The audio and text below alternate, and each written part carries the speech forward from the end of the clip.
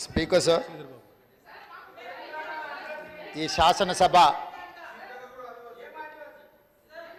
ఈ దేశ చరిత్రను ఒకసారి పరిగణలోకి తీసుకుంటే ఈ దేశంలో కరువు విలయ తాండవం చేస్తూ ఆనాడు ఈ దేశంలో 90కి పైగా శాతం జనాభా వ్యవసాయము, కుల వృత్తులు, చేతుల వృత్తుల మీద ఆధారపడి జీవిస్తున్న క్రమంలో పండిత్ జవహర్లాల్ నెహ్రూ గారు మొట్టమొదటి ప్రధానమంత్రిగా బాధ్యతలు చేపట్టిన తర్వాత పంచవర్ష ప్రణాళిక విధానం తీసుకొచ్చి ఈ పంచవర్ష ప్రణాళిక విధానంలో ఎడ్యుకేషన్ అండ్ ఇరిగేషన్ మొదటి ప్రాధాన్యతను పెట్టుకొని దేశం నలుమూలల మారుమూల ప్రాంతాలలో యూనివర్సిటీలను ప్రారంభించడమే కాకుండా ప్రతి పేదవాడికి విద్యను అందుబాటులోకి తీసుకురావాలి అని రిజర్వేషన్లు తీసుకొచ్చి రెసిడెన్షియల్ స్కూల్స్ తీసుకొచ్చి పేదవాళ్లకు విద్యను అందుబాటులోకి తీసుకొచ్చి భాషా జ్ఞానం, సాంకేతిక పరిజ్ఞానం, ఉద్యోగ ఉపాధి అవకాశాలు కల్పించడానికి పండిత్ జవహర్లాల్ నెహ్రూ గారు పునాదులు వేసి ఈ దేశాన్ని అభివృద్ధి పదం వైపు నడిపించే ప్రయత్నం చేసిండ్రు.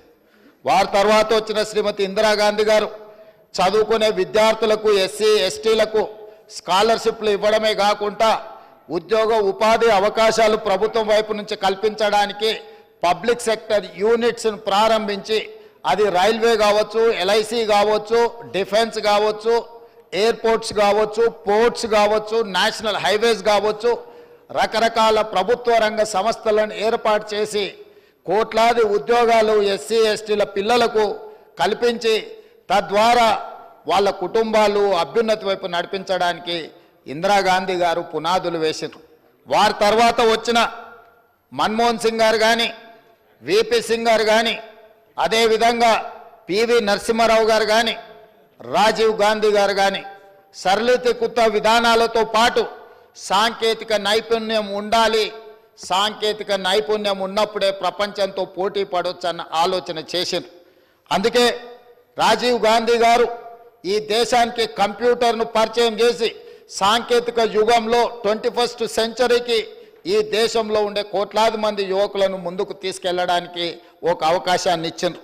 వారు ప్రవేశపెట్టిన సాంకేతిక పరిజ్ఞానం, టెక్నాలజీని, కంప్యూటర్ యుగాన్ని దృష్టిలో పెట్టుకొని ఆనాడు శ్రీ రాజీవ్ గాంధీ గారి నేతృత్వంలో నేదురుమల్లి జనార్దన్ రెడ్డి గారు ముఖ్యమంత్రిగా ఉన్నప్పుడు మొట్టమొదటిసారి మాదాపూర్లో హైటెక్ సిటీ కోసం పునాదులు వేసి ఈ తెలంగాణ రాష్ట్రంలో, ఆనాటి ఉమ్మడి ఆంధ్రప్రదేశ్ రాష్ట్రంలో హైదరాబాద్ నగరంలో ఐటీ రంగం వేళ్ళూనుకోవడానికి హైటెక్ సిటీకి పునాదులు వేసి ఈరోజు సాంకేతిక నిపుణులను తయారు చేయడానికి కాంగ్రెస్ పార్టీ బాధ్యత తీసుకున్నది.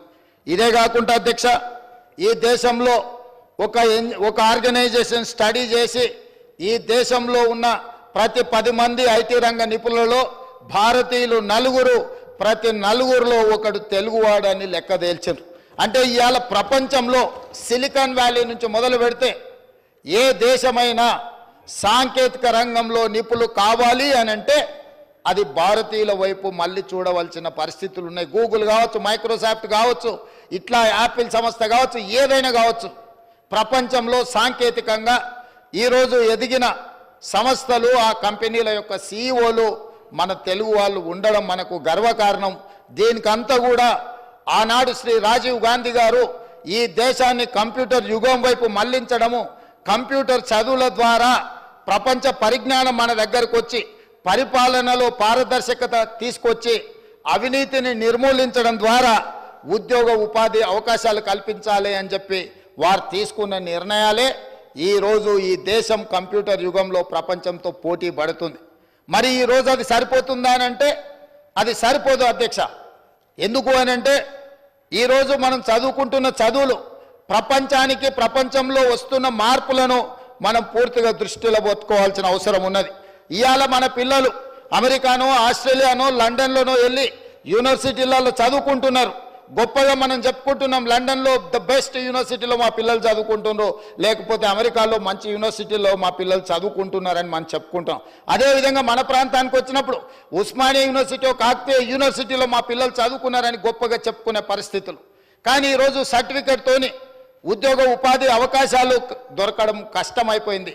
పోటీ ప్రపంచంలో సాంకేతిక నైపుణ్యాన్ని పెంచుకోవాల్సిన బాధ్యత ప్రతి యువకుడి మీద ప్రపంచంతో పోటీ పడవలసిన పరిస్థితులు వచ్చినాయి. కాబట్టి ఈరోజు అన్ని రకాలుగా ఆలోచన చేసి ఆనాడు శ్రీధర్ బాబు గారు, దామోదర్ రాజనరసింహ గారు మంత్రులు ఉన్నప్పుడు 2004 నుంచి 2014 వరకు తమరు కూడా మంత్రిగా ఉన్నప్పుడు తెలంగాణ రాష్ట్రంలో ప్రతి జిల్లాకు ఒక యూనివర్సిటీ ఇవ్వాలి అని Palamuru university, Mahatma Gandhi university, Satavahana university, నల్గొండలో, మహబూబ్ నగర్లో, కరీంనగర్లో, నిజామాబాద్లో రూరల్ ప్రాంతాలలో కూడా యూనివర్సిటీలను ప్రారంభించి పిల్లలు డాక్టర్లు, లాయర్లు, ఇంజనీర్లు కావడానికి అవసరమైన విద్యా ప్రమాణాలను పెంచడానికి ఆనాడు UPA 1, UPA 2 నిర్ణయాలు తీసుకున్నది అధ్యక్ష.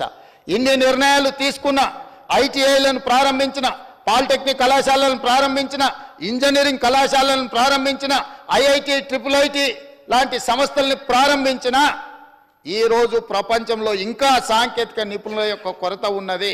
సాంకేతిక నైపుణ్యానికి ప్రపంచం ఆహ్వానం పలుకుతుంది. ఇవాళ ప్రపంచమే ఒక కుగ్రామంగా మారిన సందర్భంలో ఇవాళ తమరికి తెలుసు అధ్యక్ష, ఇక్కడ మా మిత్రులు ఉత్తర తెలంగాణకు సంబంధించిన వాళ్ళు ఉన్నారు. జగిత్యాల, కోరుట్ల, ఇతర కరీంనగర్ ప్రాంతాల నుంచి, మంతని ప్రాంతాల నుంచి మిడిల్ ఈస్ట్ కంట్రీలో ఈరోజు ఉద్యోగ ఉపాధి అవకాశాలకు వాళ్ళు వెళ్తున్నారు అధ్యక్ష. ఇవాళ వాళ్ళు అక్కడికి వెళ్ళి ఫిట్టర్ కావచ్చు, ఎలక్ట్రీషియన్ కావచ్చు, ప్లంబర్ కావచ్చు, నిర్మాణ రంగాల్లో పనులు కావచ్చు, AC రిపేర్లు కావచ్చు, డ్రైవర్లు కావచ్చు, ఇట్లాంటి సాంకేతిక నైపుణ్యం ఉంటే అక్కడ దళారుల చేతుల్లో చిక్కి మగ్గిపోయి జైళ్లలో కాలం గడపాల్సిన పరిస్థితి రాదు. ఇవాళ ఉత్తర తెలంగాణలో గల్ఫ్ కార్మికులు చనిపోతే శవాన్ని తెచ్చుకోవడానికి కూడా నెలల తరబడి నిరీక్షించవలసిన పరిస్థితి. దళారుల చేతుల్లో, గల్ఫ్ ఏజెంట్ల చేతుల్లో ఇవాళ వాళ్ళు మోసపోయి ఉద్యోగం కోసం అని అక్కడికి పోయి సాంకేతిక నైపుణ్యం లేకపోవడం వల్ల బానిసలుగా, కార్మికులుగా, వ్యక్తి చాకిరి కార్మికులుగా మారిపోయే పరిస్థితి ఇవాళ మిడిల్ ఈస్ట్ కంట్రీస్లో జరుగుతుంది అధ్యక్ష. వీటన్నిటిని దృష్టిలో పెట్టుకొని ఈరోజు ప్రపంచానికి ఏం అవసరం ఉందో ప్రపంచానికి అవసరమైన నైపుణ్యాన్ని నేర్పాలని ఈరోజు మనం అనుకున్నాం అధ్యక్ష. మనమంతా గ్రామాల నుంచి వచ్చినాం అధ్యక్ష. కుల వృత్తులు, చేతి వృత్తులు మన తాతలు ముత్తాతలు పుట్టిన పిల్లలకు తమ కుల వృత్తిని నేర్పేవాళ్ళు. వ్యవసాయం కావచ్చు, కల్లుగీత కార్మికులు కావచ్చు, లేకపోతే మత్స్యకారుల కార్మికులు కావచ్చు, నాయి బ్రాహ్మణులు కావచ్చు, లేకపోతే మా వాషర్మెన్ కమ్యూనిటీ కావచ్చు, కుల వృత్తులను కుటుంబాల వారిగా ఆ కుల వృత్తులను నేర్చుకొని జీవనం సాగించేది. ఈరోజు ఆ కుల వృత్తులే నైపుణ్యాన్ని పెంచుకొని నాయి బ్రాహ్మణులకి ఈరోజు బ్యూటీ పార్లర్గా మారిపోయినాయి అధ్యక్ష. ఈరోజు ప్రతి కుల వృత్తి సాంకేతికంగా అభివృద్ధి చెందడం ద్వారా ప్రపంచంలో కొత్త రూపాలలో ఈరోజు ఉద్యోగాలు దొరుకుతున్నాయి అధ్యక్ష. అందుకే ఈరోజు గ్రామీణ ప్రాంతాలలో ఉన్న యువకులు డిగ్రీ పట్టా తీసుకొని, ఇంజనీరింగ్ పట్టా తీసుకొని బయటికి వస్తే సర్టిఫికెట్లు, పట్టాలు చేతిలో ఉన్నాయి, కానీ ఉద్యోగ అవకాశాలు దొరకడం లేదు. ఎందుకంటే వాళ్ళకు వృత్తి నైపుణ్యము సన్నగిల్లడం వల్ల ఈరోజు ఆ సమస్యలు వచ్చినాయి అధ్యక్ష. అందుకే ప్రపంచంలో జరుగుతున్న మార్పులను, ప్రపంచం యొక్క అవసరాలను దృష్టిలో పెట్టుకొని నేను, మా మంత్రివర్గ సహచరులు, మా అధికారులు ఆలోచన చేసి ఈరోజు ఈ దేశానికి ఆదర్శంగా నిలబడాలి, స్కిల్ యూనివర్సిటీని ప్రారంభించాలి. ఈ స్కిల్ యూనివర్సిటీలో అన్ని రకాల సంబంధించిన నైపుణ్యాలను వాళ్లకు నేర్పాలని ఈరోజు మేము ఆలోచన చేసినాం అధ్యక్ష. ఎంత గొప్ప ఆలోచన అంటే ఈరోజు కేవలం డిగ్రీల కోసం, చదువుల కోసం యూనివర్సిటీలు పనిచేయడం కాదు, నిరుద్యోగ యువకులకు ఉద్యోగ ఉపాధి అవకాశాల కోసము సాంకేతిక నైపుణ్యాన్ని నేర్పాలి అని చెప్పి ఈరోజు మా ప్రభుత్వం నిర్ణయం తీసుకున్నది అధ్యక్ష. అందుకే young India skills university Telangana అని ఈరోజు కొత్త యూనివర్సిటీ కోసం ఈ సభలో ప్రవేశపెట్టినాం. ఇంత గొప్ప ఆలోచనతోని తెలంగాణ ఉద్యమమే ఉద్యోగ సమస్య, తెలంగాణ విప్లవమే నిరుద్యోగ సమస్య. ఆనాడు 1969లో పాల్వంచలో ఒక చిన్న ఉద్యోగం కోసం జరిగిన పోరాటం అది పెద్దదై పెరిగి తెలంగాణ రాష్ట్రాన్ని సాధించింది. ఇవాళ తెలంగాణ రాష్ట్ర ఉద్యమమే నిరుద్యోగ సమస్య మీద, ఉద్యోగ అవకాశాల మీద నిర్మాణం జరిగింది అధ్యక్ష. అందుకే వీటన్నిటినీ దృష్టిలో పెట్టుకొని ప్రపంచంతో పోటీ పడే యంగ్ ఇండియా స్కిల్స్ యూనివర్సిటీ తెలంగాణని ఈరోజు మనం ప్రవేశపెట్టుకున్నాం అధ్యక్ష. యంగ్ ఇండియా అనే పేరు మహాత్మా గాంధీ గారు 1919 నుంచి 1931 వరకు జర్నల్ ఆయన ఒక పత్రికను నడిపినారు. స్వతంత్ర పోరాటంలో యంగ్ ఇండియా చాలా కీలకమైన పాత్ర పోషించింది. విశ్లేషణలు వార్తలతో చైతన్యం తీసుకొచ్చి ఈ దేశ ప్రజలందరినీ కూడా స్వతంత్ర పోరాటం వైపు తిప్పి ఆనాడు మహాత్మా గాంధీ గారు నడిపించిన యంగ్ ఇండియా పత్రిక పేరే ఈరోజు యంగ్ ఇండియా స్కిల్స్ యూనివర్సిటీ పేరు మీద మనం ఇవాళ తీసుకున్నాం. మహాత్మా గాంధీ గారి స్ఫూర్తితోని ప్రారంభించుకుంటున్నాం. సాంకేతిక నైపుణ్యం స్ఫూర్తి రాజీవ్ గాంధీ గారు ఇచ్చిన స్ఫూర్తితోని ఈరోజు యూనివర్సిటీని ప్రారంభించుకుంటున్నాం.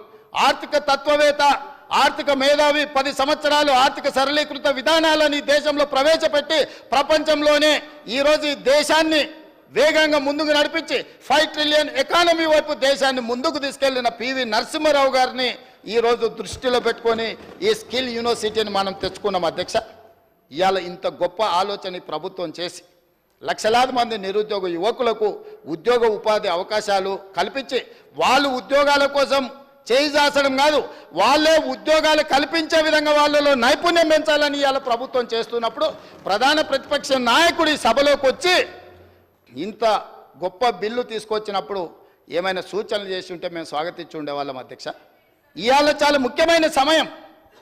వారి అనుభవాన్ని రంగరించి వారి సూచనలు ఏమిచ్చినా మేము తీసుకోవడానికి సిద్ధంగా ఉన్నామని చెప్పినా కూడా వారి సభకు రాలేదు. వారి విజ్ఞతకు వదిలేస్తున్నాం. అధ్యక్ష, వచ్చిన వాళ్ళు వాకౌట్ చేసిండ్రు, అది కూడా వాళ్ళ విజ్ఞతకు వదిలేస్తున్నాం. అధ్యక్ష, మేమేం చెప్పదలుచుకోలేదు. అయితే మిత్రుడు కొంతమంది సభ్యులు ఏం పెడుతుండ్రో మీరు ఫీజుకు సంబంధించిన వివరాలు పూర్తిగా ఇందులో పొందుపరచలేదు. ఏమేం కోర్సులు ఉన్నాయని చెప్పిండ్రు. అధ్యక్ష, ఈ యంగ్ ఇండియా స్కిల్స్ యూనివర్సిటీ తెలంగాణలో దాదాపుగా 17 కోర్సులను మేము ప్రవేశపెట్టాలని నిర్ణయం తీసుకున్నాం. అధ్యక్ష, ఈ 17 కోర్సులు కూడా ఉద్యోగ ఉపాధి అవకాశాలు కల్పిస్తాయి. దీని నిర్వహణ కోసం పీపీపీ మోడల్ తీసుకొచ్చినాము. ఫీజులకు సంబంధించిన కూడా పూర్తి వివరాలు ఇచ్చినాము. అందులో కొన్ని అంశాలను తమ ద్వారా తెలంగాణ యువతకు నేను చెప్పదలుచుకున్నా. అధ్యక్ష, ఇందులో మేము ప్రవేశపెట్టబోయే కోర్సులు హెల్త్ కేర్ ఒకటి, రెండవది ఫార్మాస్యూటికల్ అండ్ లైఫ్ సైన్సెస్, మూడవది artificial intelligence and information sciences, నాలుగవది టూరిజం అండ్ హాస్పిటాలిటీ, ఐదవది ఆటోమోటివ్ అండ్ ఎలక్ట్రిక్ వెహికల్స్, ఆరవది banking, financial services and insurance, అదేవిధంగా animation, visual effects, gaming and comics, ఎనిమిదవది construction and interiors, 9 advanced manufacturing, 10 retail operations and management, 11 e commerce and logistics, 12 renewable energy, 13 food processing and agriculture, 14 beauty and wellness, 15 media gaming and film, 16 electronics and semi conductors, 17 digital design. ఇట్లాంటి కోర్సులన్నిటిని కూడా అధ్యక్ష 3 రకాలుగా certificate course అంటే 3 నెలల నుంచి 6 నెలలు వాళ్ళకు శిక్షణ ఇచ్చి వాళ్ళకు ఒక సర్టిఫికెట్ ఇచ్చి వాళ్ళకు ఉద్యోగ అవకాశాలు కల్పించాలని. తర్వాత డిప్లొమా కోర్స్, వాళ్ళు 2 ఇయర్స్ 3 ఇయర్స్ చదువుకుంటే డిప్లొమా సర్టిఫికెట్ ఇస్తాం. ఇంతకుముందు స్కిల్ యూనివర్సిటీలలో డిగ్రీ ఇచ్చే విధానం లేదు. డిగ్రీ ఇవ్వకపోవడం వల్ల చాలామంది వాళ్ళ పెద్ద ఉన్నత విద్యకు వెళ్ళడానికి ఇబ్బందికరమవుతుందని ఆలోచన చేస్తే అధికారులతో చర్చించి ఈరోజు డిగ్రీ పట్టాలు కూడా ఈ స్కిల్ యూనివర్సిటీలో ఇవ్వాలని నిర్ణయం తీసుకున్నాం. డిగ్రీ పట్టా వస్తే వాళ్ళు భవిష్యత్తులో పీజీలు పిహెచ్డీలు చదవడానికి పునాదులు అవుతాయి. కాబట్టి ఇవాళ డిగ్రీస్ని కూడా ఇందులో ఇవ్వాలనే నిర్ణయం తీసుకున్నాం. అధ్యక్ష, ఇంత మంచి ఆలోచనతోని అదేవిధంగా ఫీజు స్ట్రక్చర్లో కూడా వారు ఏదైతే అనుమానం వ్యక్తం చేసిండ్రో ఎలాంటి అనుమానాలు పెట్టుకోవాల్సిన అవసరం లేదు. ఈ ప్రభుత్వం స్పష్టంగా ఫీ స్ట్రక్చర్ మీద వారికి నేను చెప్పదలుచుకున్నాను. అధ్యక్ష, 42వ పేజీలో క్లియర్గా fee receipts estimates revenue from fees INR 170 crore across 3 years, assuming an average course fees INR 50,000.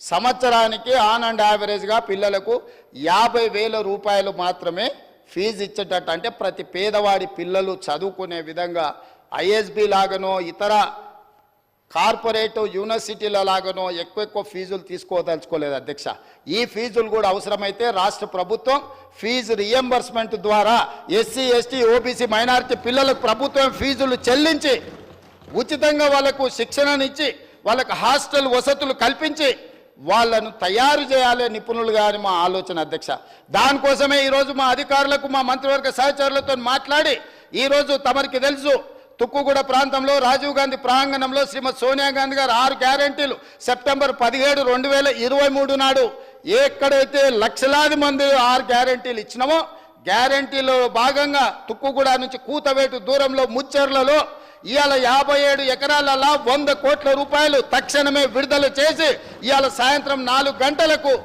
మనం అక్కడ స్కిల్స్ యూనివర్సిటీకి ఫౌండేషన్ వేసుకుంటున్నాం అధ్యక్ష. భూమి పూజ ఇవాళ చేస్తున్నాం అధ్యక్ష. అడ్మిషన్స్ కూడా అక్కడ నిర్వహించాలంటే వచ్చే సంవత్సరం పడుతుంది అధ్యక్ష, సంవత్సరం కనీసం పడుతుంది. అందుకే ఒక్క రోజు కూడా వృధా చేయొద్దని చెప్పి ఎస్కి అంటే ఇంజనీరింగ్ స్టాఫ్ కాలేజ్ ఏదైతే ఉందో మాదాపూర్లో గచ్చిబౌలి ప్రాంతంలో ఈ సంవత్సరమే 6 కోర్సులలో 2000 విద్యార్థులను ఈసారి చేర్చుకోవాలని నిర్ణయం తీసుకున్నాం అధ్యక్ష. ఎందుకంటే ఒక్కరోజు కూడా నిరుద్యోగ యువకులకు ఆలస్యం జరిగిన అన్యాయం జరుగుతుందని చెప్పి అందులో 6 కోర్సులను తక్షణమే అడ్మిషన్లు తీసుకొని 2000 మంది విద్యార్థులకు ఇవాళ శిక్షణను ఇవ్వాలని ఈ ప్రభుత్వం నిర్ణయం తీసుకున్నది అధ్యక్ష. అందులో మొదటి course school of pharmaceutical and life sciences, రెండవది school of e commerce and logistics, మూడవది school of banking, financial services and insurance, నాలుగవది school of construction and interiors, ఐదవది school of retail operations and management, ఆరవది school of animation, visual effects, gaming and comics.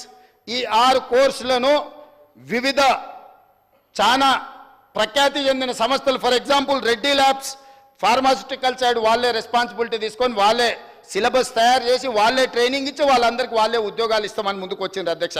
అదేవిధంగా banking side SBI ముందుకు వచ్చింది అధ్యక్ష. State bank of India వాళ్ళే ముందుకు వచ్చి మేము విద్యార్థులకు ట్రైనింగ్ ఇవ్వడానికి పూర్తిగా సహకరించి వాళ్ళందరినీ SBIలో మేము ఉద్యోగాలు ఇస్తామని వాళ్ళు ముందరకు వచ్చింది అధ్యక్ష.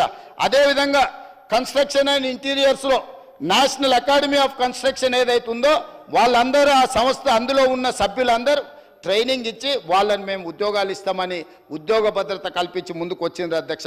అదేవిధంగా రీటైలర్స్ అసోసియేషన్ ఆఫ్ ఇండియా ముందుకు వచ్చింది అధ్యక్ష. అదేవిధంగా Telangana VFX animation and gaming association ముందుకు వచ్చింది అధ్యక్ష. ఈ సంస్థలు ఇందులో ఉన్న గొప్పతనం ఏంది అధ్యక్ష అంటే ఏ విభాగంలో విద్యార్థులను సెలెక్ట్ చేస్తామో ఆ స్టేజ్ నుంచే ఆ సంస్థలు ఇన్వాల్వ్ అవుతాయి. ఆ పిల్లల్ని చేర్చుకోవడం, వాళ్ళకి స్కాలర్షిప్లు ఇవ్వడం, వాళ్ళకి ట్రైనింగ్ ఇవ్వడం, ట్రైనింగ్ పూర్తయిన ఎంబడే వాళ్ళ సంస్థలనే ఉద్యోగాలు ఇవ్వడానికి ఈ సంస్థలన్నీ ముందుకు వచ్చినాయి అధ్యక్ష. వాళ్ళందరితో మాట్లాడుకున్నాం. ఇవాళ దీనికి ఛాన్సలర్గా ఒక వ్యాపారవేత్త అంటే ప్రముఖ జాతీయ స్థాయిలో గుర్తింపు పొందిన వ్యక్తులను పెట్టాలని, ఈరోజు చైర్మన్గా అలాంటి వాళ్ళని పెట్టాలని, జాతీయ స్థాయిలో ప్రసిద్ధిగాంచిన వైస్ ఛాన్సలర్లను నియమించాలని ఇవాళ ప్రభుత్వం నిర్ణయం తీసుకున్నది అధ్యక్ష. ఇది పబ్లిక్ ప్రైవేట్ పార్ట్నర్షిప్ అధ్యక్ష.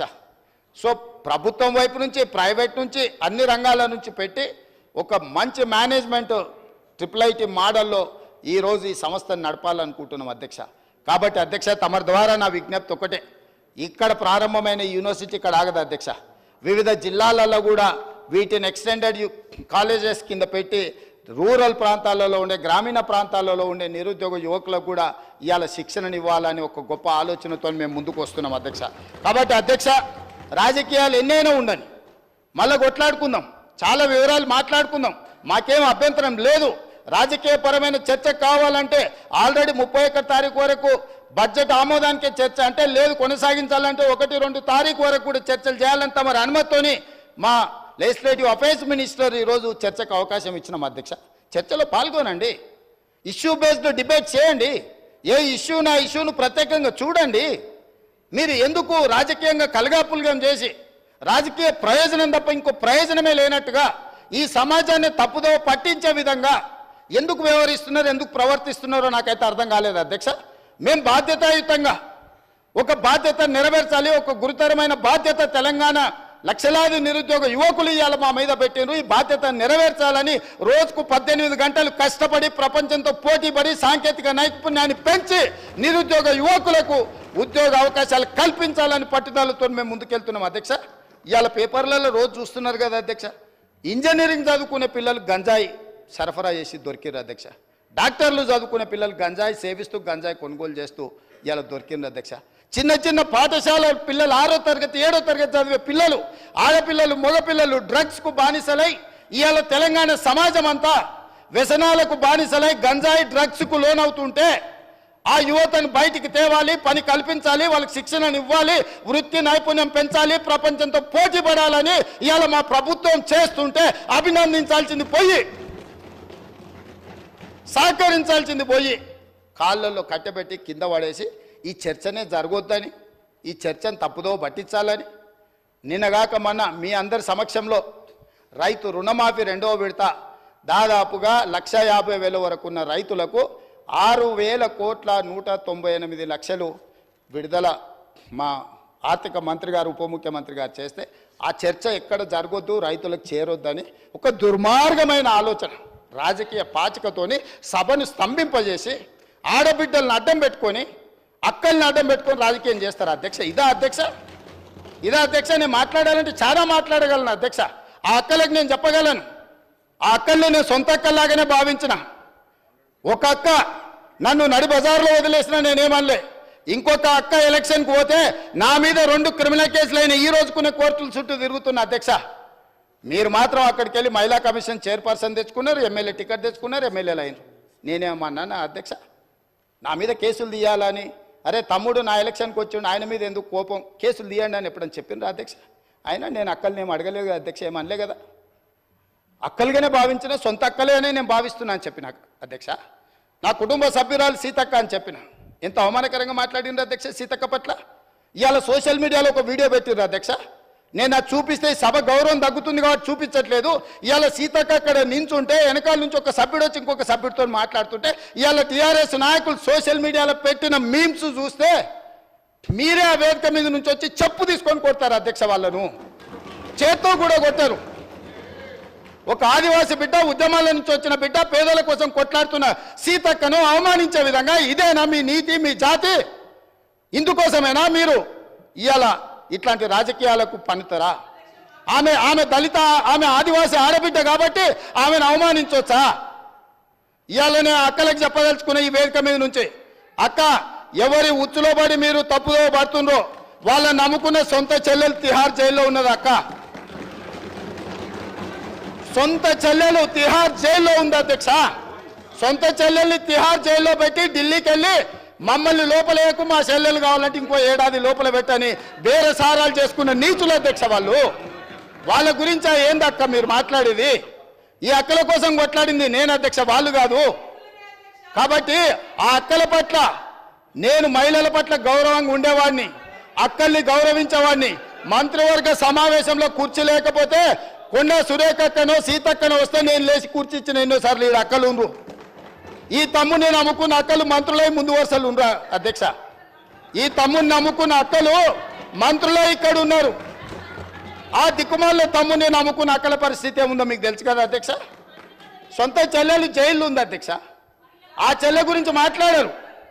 కానీ ఇవాళ రైతు రుణమాఫీని దెబ్బతీయడానికి, స్కిల్ యూనివర్సిటీ ఆలోచనను నిరుద్యోగ యువకులకు ఉపయోగపడకుండా అడ్డుకోవడానికి ఇవాళ మా మాదిగల సోదరుల ఆకాంక్షను నెరవేర్చడానికి ప్రయత్నం చేస్తే సభకు రారు అధ్యక్ష. ఇంతకుముందు మా సభ్యుడు బాగా చెప్పిండు అధ్యక్ష. ఒకనాడు దళితుని ముఖ్యమంత్రిని చేస్తా అని మోసగించిండు, ఉప ముఖ్యమంత్రి ఇచ్చి బర్తరఫ్ చేసిండు. అట్లాంటి పరిస్థితుల్లో శ్రీమతి సోనియా గాంధీ గారు శ్రీ మల్లికార్జున్ ఖర్గే గారిని జాతీయ అధ్యక్షుని చేసింది అధ్యక్ష. శ్రీమతి సోనియా గాంధీ రాహుల్ గాంధీ గారు తమర్ని స్పీకర్గా చేసి ఆ కుర్చీలో కూర్చోబెట్టారు అధ్యక్ష.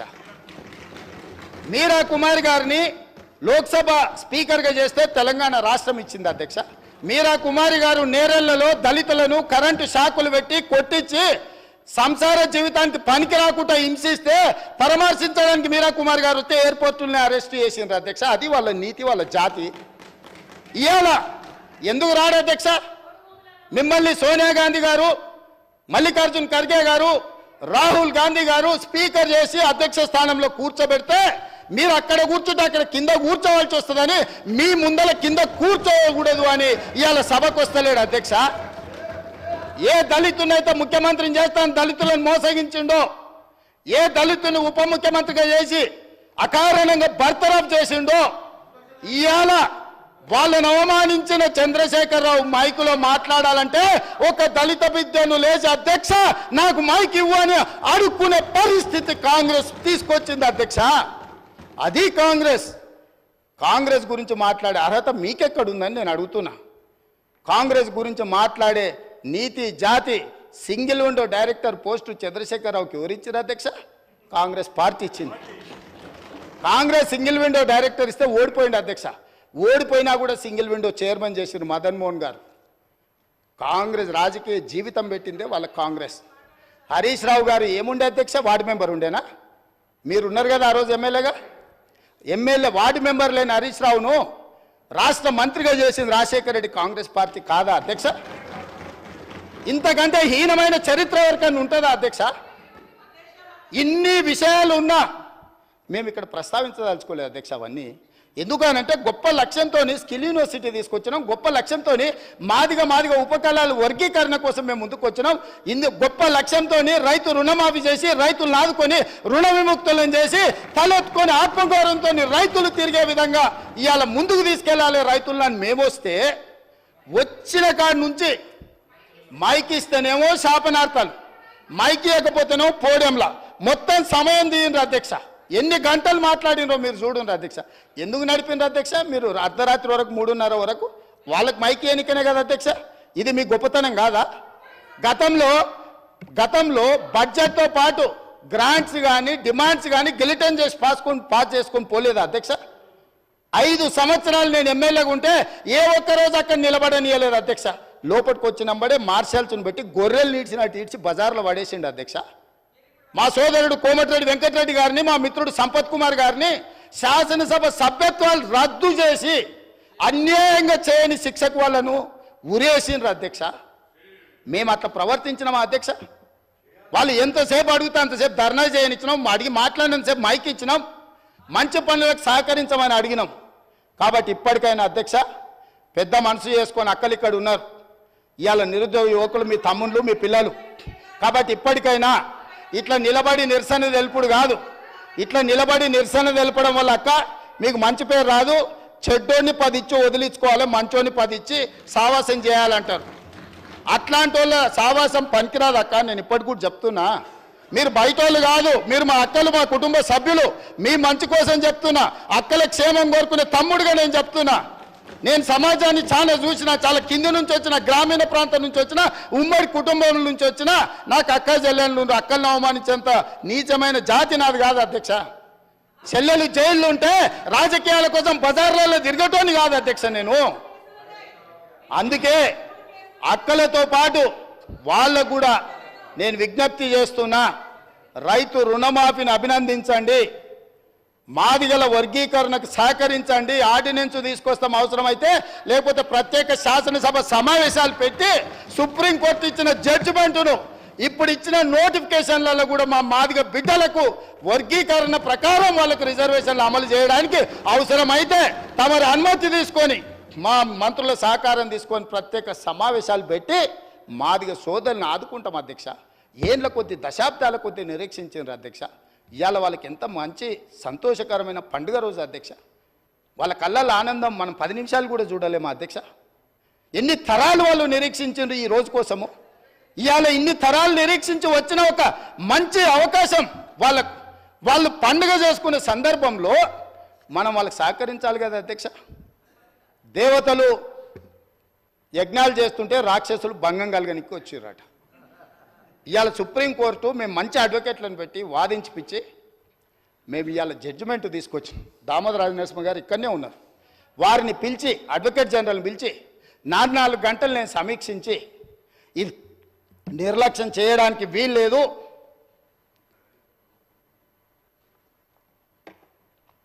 ఏళ్ల కొద్ది సాగడానికి వీలు లేదు, కోర్టుల ఏది ఏమైనా కేసు పూర్తి కావాల్సిందని నేను చెప్పిన అధ్యక్ష. మా ఎమ్మెల్యేలు అందరినీ పిలుచుకొని మాట్లాడినా, మా నాయకులను పిలిచి మాట్లాడినా, మిగతా సహచర మంత్రివర్గ సభ్యులకు చెప్పిన మనకు బాధ్యత వచ్చింది. మనం ఇవాళ అధికారంలో ఉన్నాం, ప్రజాప్రభుత్వం ఏర్పడ్డదంటే ఆ బిడ్డలు మన పక్కన బలంగా నిలబడ్డారు, వాళ్ళని కాపాడే బాధ్యత మన మీద ఉందని చెప్పి ఉద్దండులైన న్యాయవాదులను పెట్టి కేసు వాదించి కేసును తుది తీర్పు కాన్స్టిట్యూషనల్ బెంచ్ నుంచి తీసుకొచ్చినాం అధ్యక్ష. ఇంత సంతోషకరమైన వార్త వాళ్ళకు వచ్చినప్పుడు ఆ పిల్లల్లో మనం కలిసిపోయి వాళ్ళ ఆనందంలో భాగస్వామ్యం తీసుకోవాలి అధ్యక్ష, పంచుకోవాలి వాళ్ళలో భాగం. ఎందుకంటే ఈ అధికారం వాళ్ళు ఇచ్చింది అధ్యక్ష.